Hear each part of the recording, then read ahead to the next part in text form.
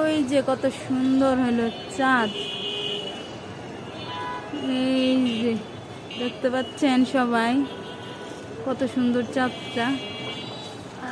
আমি ট্রাই করতেছি দেখানোর জন্য।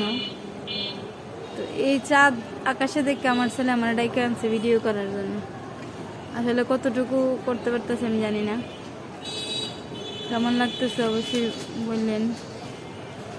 আর পাশে নিচের পরিবেশগুলো একটু দেখাই।